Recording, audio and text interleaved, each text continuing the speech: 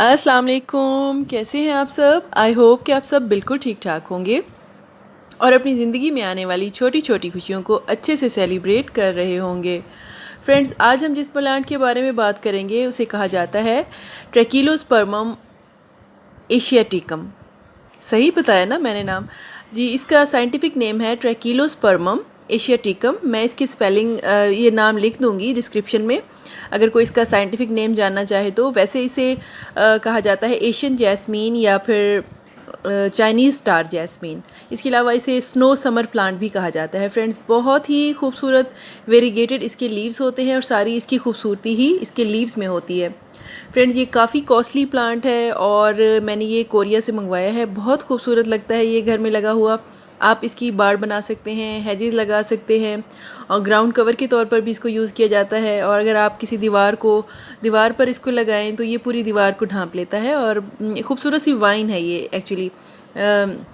ये इसे jasmine wine भी कहा जाता है और ये बहुत खूबसूरत लगती है जब ये आपकी पूरी दीवार जो कि जैसे लान की दीवार होती है उसको कवर कर लेती है। फ्रेंड, इस पर फ्लावरिंग भी होती है, but who cares the flowering जब इसके लीव्स ही इतने ब्यूटीफुल हैं और इतने वेरीगेटेड कलर्स में इसके लीव्स हैं। एक ही प्लांट के ऊपर आपको डिफरेंट कलर्स के लीव्स देखने में मिलते हैं।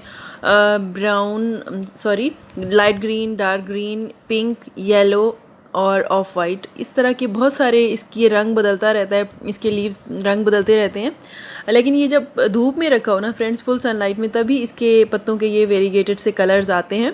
और अगर इसको आपने फुल शेड में रख दिया तो फिर इसके जो लीव्स हैं वो टोटली डार्क ग्रीन हो जाएंगे, यानी ग्रीन कलर के हो जाएंगे और ये वेरीगेशन, ये डिफरेंट कलर्स के जो हैं लीव्स, ये ख़त्म हो जाएंगे। फ्रेंड्स, अब हम बात करते हैं टोटल इसकी रिक्वायरमेंट्स की, इस प्लांट की। तो सबसे पहले हम इसकी इन्वायरमेंटल कंडीशन के बारे में डिस्कशन करेंगे। फ्रेंड्स, ये हार्डीनेस जो जोन है 7 में ये बहुत अच्छा थ्राइव करता है और कोरिया और जापान का ये नेटिव प्लांट है और बहुत ही खूबसूरत प्लांट है, बहुत हार्डी प्लांट है। हमारे एरियाज़ में भी ये चल जाता है। नर्सरीज़ में ये आम अवेलेबल नहीं होता है, हो सकता है बड़े शहरों में जो नर्सरीज़ होती हैं वहाँ पर ये अवेलेबल हो, लेकिन हमारे यहाँ ये अवेलेबल नहीं होता है हर नर्सरी पर। और इसके अंदर जो हम सॉइल जो मैंने प्रिपेयर किया इसके लिए वो है वेल ड्रेन्ड, वेल पोरस बालू मट्टी जिसे कहा जाता है। उस टोटली वही सॉइल थी, मैंने इसके अंदर कोई गार्डन सॉइल और मिक्स नहीं की है।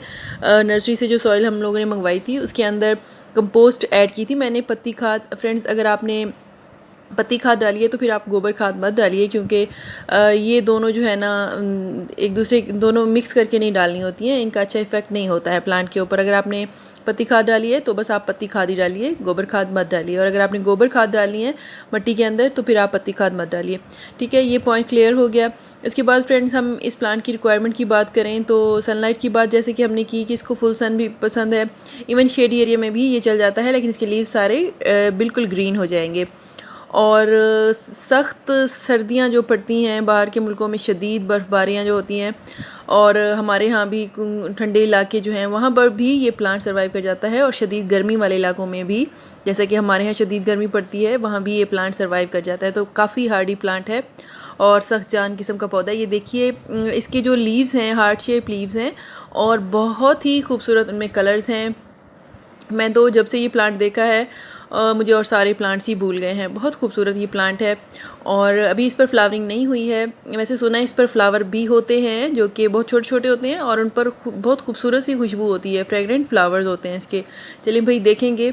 और अभी तक जो मैंने इसकी केयर के बारे में सर्च किया है, मुझे अभी 2-3 माह ही हुए हैं, यानी मैंने अभी इसके साथ गर्मियों का मौसम ही यही गुजारा है इस प्लांट के साथ। तो मुझे अभी इसको मज़ीद जानना है, मज़ीद एक्सप्लोर करना है, इसको अपने घर में रख कर तो मज़ीद एक्सपीरियंस करना है कि फ़ुल केयर इसकी पूरा साल किस तरह से की जाती है। गर्मियों के मौसम में तो मैंने जब इसे अंडर शेड रखा तो इसके जो कलर्स हैं लीव्स के वो ग्रीन होना शुरू हो गए थे और अब मैंने इसको धूप में रख दिया है। तो आप देखिए कितने खूबसूरत पिंक कलर के लीव्स आपको नज़र आ रहे होंगे। फ्रेंड्स, ये जो है ना सीड्स के ज़रिए नहीं ग्रो किया जाता है, ये ग्रो होता है इसकी स्टेम कटिंग के ज़रिए। जो इसकी स्टेम्स होती हैं इनको ऑल अराउंड आप पॉट के अंदर भी अगर डाल दें तो भी ये ग्रो होता रहता है। तो फ्रेंड्स, इसकी जो स्टेम कटिंग ऐसी जिसकी रूट्स निकल आई हों उनके ज़रिए ये ग्रो होता है। तो ये बहुत ही